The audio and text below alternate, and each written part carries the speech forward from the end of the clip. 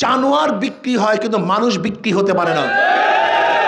তুমি 500 টাকায় বিক্রি হয়ে ক্ষতিটা কি করছো?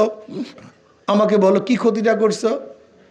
এই তুমি 500 টাকায় 1000 টাকা বিক্রি হয়ে 28 লক্ষ কোটি টাকা বিদেশে পাচার করছো। তুমি এই 500 টাকায় বিক্রি করে তোমার ভোটটাকে কি করছো? দেশটাকে দুর্নীতিতে 5 বার গোটা বিশ্বের মধ্যে চ্যাম্পিয়ন করছো। তুমি 500 টাকায় 1000 টাকায় 200 টাকা বিক্রি হয়ে কাজটা কি করছো? বরাদ্দ হয় 100 টাকা, গ্রামে পৌঁছে 10 টাকা আর 90 টাকা পথের মধ্যে চুরি করছো। আমার গরিব বন্ধুদের সবচেয়ে বড় সমস্যা হলো এই, এরা 500 টাকা বা 1000 টাকা তাদের সর্বোচ্চ দামি ভোটটাকে বিক্রি করে দেয়। অথচ একটা ছাগলের দাম, খাসির দাম, ভালো খাসির দাম 30,000 টাকা, 40,000 টাকা। কালী পূজা চিটাঙ্গে একটা পাঠা বিক্রি হয়, হিন্দুরা, বড়লোক হিন্দুরা পাঠা দেয়। চিটাঙ্গে দেখছি একটা পাঠা বিক্রি হয় 70, 80, 90,000 টাকায়। ওই কালী পূজায় পাঠা বলি দেয়। একটা পাঠার দাম 70,000 টাকা। একটা ভালো দেশি মোরগ 3 কেজি ওজন 1500 টাকা, 1800 টাকা, 2000 টাকা। আমাদের ওই হাটে বিক্রি হয় ভালো একটা ষাঁড় 3 লাখ, 4 লাখ, 5 লাখ, 10 লাখ টাকা। অথচ আশরাফুল মাখলুকাত এই বনি আদম বিক্রি হয় মাত্র 500 টাকায়। এই আশরাফুল মাখলুকাত বনি আদম, সবচেয়ে দামি, সবচেয়ে সম্মানিত, এরা বিক্রি হয় মাত্র 500 টাকায়। জানোয়ার বিক্রি হয় কিন্তু মানুষ বিক্রি হতে পারে না। তুমি 500 টাকায় বিক্রি হয়ে ক্ষতিটা কি করছো? আমাকে বলো, কি ক্ষতিটা করছো? এই তুমি 500 টাকায় 1000 টাকা বিক্রি হয়ে 28 লক্ষ কোটি টাকা বিদেশে পাচার করছো। তুমি এই 500 টাকায় বিক্রি করে তোমার ভোটটাকে কি করছো? দেশটাকে দুর্নীতিতে 5 বার গোটা বিশ্বের মধ্যে চ্যাম্পিয়ন করছো। তুমি 500 টাকায় 1000 টাকায় 200 টাকা বিক্রি হয়ে কাজটা কি করছো? বরাদ্দ হয় 100 টাকা, গ্রামে পৌঁছে 10 টাকা আর 90 টাকা পথের মধ্যে চুরি করছো। তুমি এই 500 টাকায় ভোট বিক্রি করে কি করছো? তুমি দেখেছো প্রাক্তন প্রেসিডেন্ট হামিদুর রহমান সাহেব বলেছেন, প্রতি বছর বাংলাদেশে যেই পরিমাণ দুর্নীতি হয় তা দিয়ে প্রতি বছর 2টা পদ্মা ব্রিজ করা যায়। কয়টা? 2টা। এক বছরে শুধু দুর্নীতি টাকা দিয়া প্রতি বছর 2টা পদ্মা সেতু করা যায়। এই দুর্নীতি তুমি করছো। তুমি এই 500 টাকায় ভোট বিক্রি করে কি করছো? হাজারো মানুষের, হাজারো মায়ের বুক খালি করেছো, হাজারো মেয়েদেরকে বিধবা করেছো। তুমি 500 টাকায় ভোট বিক্রি করে কি করেছো? হাজারো সন্তানদেরকে এতিম করেছো। তুমি 500 টাকায় ভোট বিক্রি করে কি করেছো? হাজারো মানুষ ঘুমাবে শান্তিতে বাড়িতে, সেই থাকতে দাও নাই তুমি। ওরা কেসে উঠছে, মিথ্যা কেসে, ওরা পালায়া গেছে, হাত ভেঙে ফেলছে, পাও ভেঙে ফেলছে, কাউকে হত্যা করছে, কাউর চোখ তুলে দিছে, কাউকে আয়না ঘরে রাখা হয়েছে। এই তোমার 500 টাকার ভোট বিক্রিতে এই কাজগুলো হয়েছে। তুমি কি করছো 500 টাকায় ভোট বিক্রি করে? তুমি যেই সদরুদ্দি ওই সদরুদ্দি, তুমি যেই কলিমুদ্দি তুমি সেই কলিমুদ্দি, কিন্তু যাদেরকে 500 টাকায় ভোট বিক্রি করছো তার আঙ্গুল ফুলে কলা গাছ হয়েছে। এই কাজটা তুমি করেছো, এই ক্ষতি তুমি করেছো।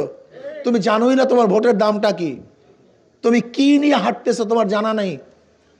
এই একটা ভোট কত দামি, কত গুরুত্বপূর্ণ, এই ভোটটা কি তুমি জানোই না, তুমি জানোই না। তুমি কি করেছো? তোমার 500 টাকার ভোট বিক্রি করে মদের আইন পাশ করছো। তুমি 500 টাকায় ভোট বিক্রি করে জেনার আইন পাশ করছো। তুমি 500 টাকায় ভোট বিক্রি করে কোরআনের খেলাফ আইন পাশ করছো, ইসলামের খেলাফ আইন পাশ তুমি করছো। এই তোমার ভোট বিক্রিতে এই কাজগুলো হয়েছে। তুমি ভেবেছো কি তুমি দেশটাকে বিক্রি করে দিয়েছো?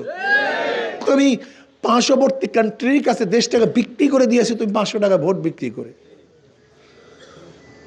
একজন এমপি কি, একজন এমপির দায়িত্বটা কি তুমি জানো? একজন এমপির দায়িত্বটা কি? একজন এমপির দায়িত্ব শুধু রাস্তাঘাট করা না। একজন এমপির মূল দায়িত্ব হলো আগামী দেশটা কোন নীতিতে, কোন আদর্শে চলবে এই আইন প্রণয়ন করা। আগামী দেশে চুরি হবে কি হবে না, ডাকাতি হবে কি হবে না, লুটপাট হবে কি হবে না, ইসলামের খেলাফ আইন হবে কি হবে না, মানুষ নির্যাতিত হবে কি হবে না, এই ডিসাইড যেখানে করা হয় তাদের কাজ হলো মেম্বার অফ পার্লামেন্ট, এই পার্লামেন্টের সদস্য। আলামিন আমাকে যে সম্মান ইজ্জাত দান করছেন, 2-1 ডজন এমপির যে সম্মান, আল্লাহ পাক তার চেয়ে কম দেয় না, মনে হয় বেশিই দিয়েছে। মোটামুটি খেয়ে থাকার মতো, সংসার চালাবার মতো যে অর্থকড়ির দরকার আল্লাহ তার দান করছে। এরপর প্রশ্ন করতে হবে, আপনি এখানে আসছেন কেন? তার মানে আমি সম্মানের জন্য আসি নাই, অর্থের জন্য আসি না। আমি কেন আসছি? আজকে এখানে কথা বললে সেটা আইন হয় না, কিন্তু সংসদে কথা বললে সেটা আইন হয়। এখানে প্রতিবাদ করলে সেটা কাজে লাগে না, কিন্তু সংসদে প্রতিবাদ করলে সেটা কাজে লাগে। এখানে কথা বলে গ্রহণযোগ্য হয় না, কিন্তু সংসদে কথা বললে গ্রহণযোগ্য হয়। যদি সংসদে কথা বলতে আমরা না পারি, সে যোগ্যতা না থাকে, তাহলে আমাকে আপনারা সংসদে পাঠাবেন কেন? একজন বোবা পাঠায় লাভ আছে কিছু? মেয়ে কি কথা ঠিক না? একজন বোবা প্রেরণ করলে কোনো লাভ নেই। আর যদি মনে করেন হুজুরে যদি সংসদে যায়, তাহলে ইনশাআল্লাহ এই জালেমের গোষ্ঠী, চাঁদাবাজের গোষ্ঠী, যারা দেশকে বারবার দুর্নীতি করেছে, তাদের চেহারাকে উন্মোচন করার ক্ষমতা আমরা রাখি, যোগ্যতা আছে। তাহলে আমি মনে করি আপনাদের উচিত হবে, একজন জ্ঞানী মানুষের উচিত হবে, এই কাজটা শুধু হুজুরের একার কাজ না, এটা আমাদের সবার কাজ। এই দেশ রক্ষা করার কাজ শুধু আমার না, এটা আমাদের সবার কাজ।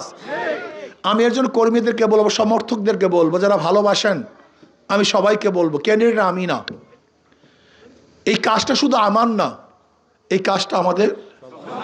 কথা বলেন এখন, আস্তে কথা বলেন। কাজটা কি আমার না আমাদের সবার?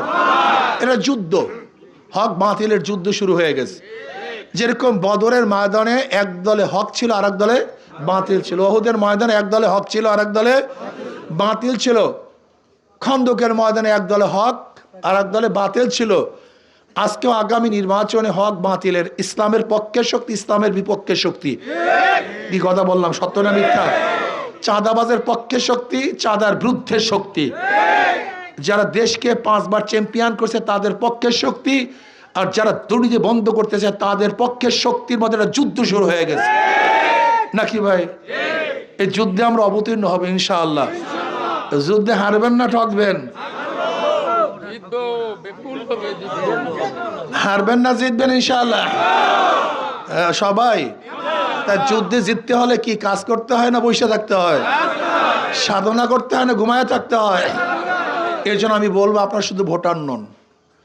যারা ইসলামের পক্ষে হাত পাকায় ভোট দেবেন তারা শুধু ভোটার নন, প্রত্যেকে ক্যান্ডিডেট, প্রত্যেকে ক্যান্ডিডেট। যদি গরিবরা মনে করেন, আপনাদের আরেকটা কথা মনে রাখতে পারেন, গরিব বাবারা, বাংলাদেশে যত বরাদ্দ সব গরিবদের জন্য, ধনীদের জন্য কোনো বরাদ্দ নেই। কিন্তু ধনীদের জন্য কোনো বরাদ্দ নেই, কোনো বরাদ্দ নেই, সমস্ত বরাদ্দ গরিবদের জন্য।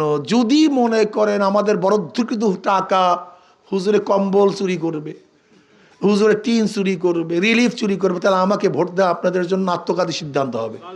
আপনি বুঝতে পারছেন হুজুরে চুরি করবে, তাহলে এরপরে নির্বাচিত করবেন। তা আপনার সে বড় জালেম দুনিয়া থেকে হতে পারে না। কি কথা ঠিক না? আর যদি মনে করেন না হুজুর সংরক্ষণ করবে, আমাদের মাল আমাদের কাছে ফিরিয়ে দিবে, তাহলে আপনার তো আপনার গরজেই কাজ করা উচিত, আমার গরজে না। হ্যাঁ, আপনার প্রয়োজনে কাজ করা উচিত। আমার কথা যারা শুনতেছেন, আসুন, 54 বছর ওদেরকে বারবার নির্বাচিত করেছেন, ওরা কি করেছে আপনারা সবাই দেখেছেন। একটা বার, কয়টা বার? একটা বার আমাদেরকে নির্বাচিত করেন, ইসলামকে নির্বাচিত করেন, হাত পাখাকে নির্বাচিত একটা বার। দেখেন না কি করি। ইসলাম ফেল করার জন্য দুনিয়াতে আসে না, পাস করার জন্য আসছে। আমি হিন্দু ভাইদেরকে বলবো, ওদেরকে জীবনবার ভোট দিয়েছেন আপন মনে করে, আপনাদের সাথে কি ব্যবহার করেছে আপনারা দেখেছেন। এবার ধরে নেন আমাদেরকে একটা সন্দেহমূলক ভোট দেন, দেখি না হুজুররা কি করে। একটা বার দেখুন, ফেল খাবেন না, চেহারা মলিন হবে না, আপনাদের হাসি বন্ধ হবে না, বরং হাসি আস্তে আস্তে বাড়তে থাকবে ইনশাআল্লাহ। আশা করি ইনশাআল্লাহ হিন্দুরা বুঝবে যে আসলে এতদিন ভুল বুঝছি, এখন সঠিক কাজটাই করেছি ইনশাআল্লাহ, বিশ্বাস করি। ইনশাআল্লাহ আগামী নির্বাচনে গারুরিয়ার থেকে সর্বোচ্চ ভোট হাত পাখায় পেতে চাই ইনশাআল্লাহ। কি রাজি আছেন সবাই ইনশাআল্লাহ? হাতটা কি তুলে দেখাইবেন না সবাইকে? আল্লাহ বলেন না, নারায় তাকবীর, দুই হাতে হাত তুলি, দুই হাত তুলে ইনশাআল্লাহ। আলহামদুলিল্লাহ, বসেই 9 সমাপ্ত কর্মমোদের অবকাশ।